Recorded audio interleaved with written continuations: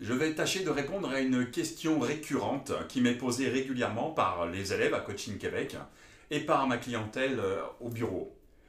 Vaut-il mieux faire de la PNL ou de l'hypnose, que ce soit dans l'enseignement ou dans la pratique? Une question qui va être très facile à définir.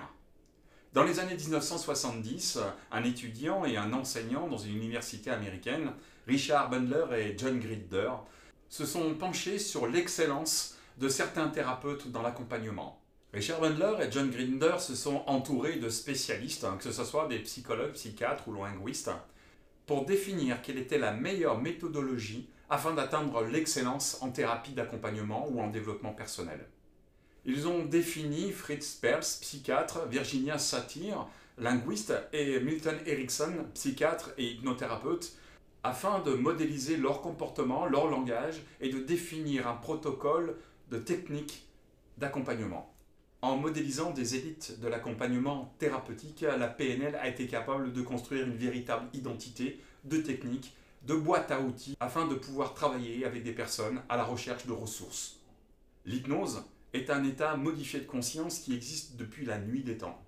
Milton Erickson avait ce don inné de pouvoir accompagner ses patients dans un état modifié de conscience afin de pouvoir détourner leur rationalisation, leur intellectualisation, ce facteur critique qui les empêchait de pouvoir évoluer dans le sens qu'ils désiraient atteindre.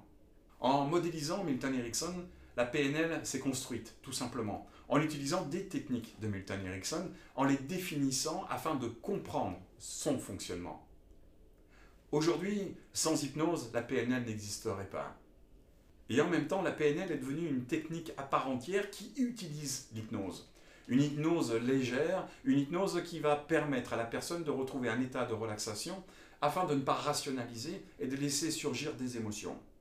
L'hypnose, à contrario, est une technique afin de détourner la conscience, afin de mettre en veille la réflexion pour pouvoir atteindre directement le comportement émotionnel du système limbique. Ces deux techniques sont indissociables l'une de l'autre. La PNL aujourd'hui va nous apporter une boîte à outils afin de travailler avec les techniques d'hypnose. Sans PNL, pas d'hypnose, et l'hypnose d'aujourd'hui, sans PNL, va nous limiter dans notre champ d'action. Alors, aujourd'hui, demandez-moi PNL ou hypnose. Mais je pense que l'une sans l'autre n'existe pas. L'une est un complément de l'autre. Choisissez. Je pense que, pour ma part, je ne suis simplement qu'un hypnothérapeute. Bonne journée.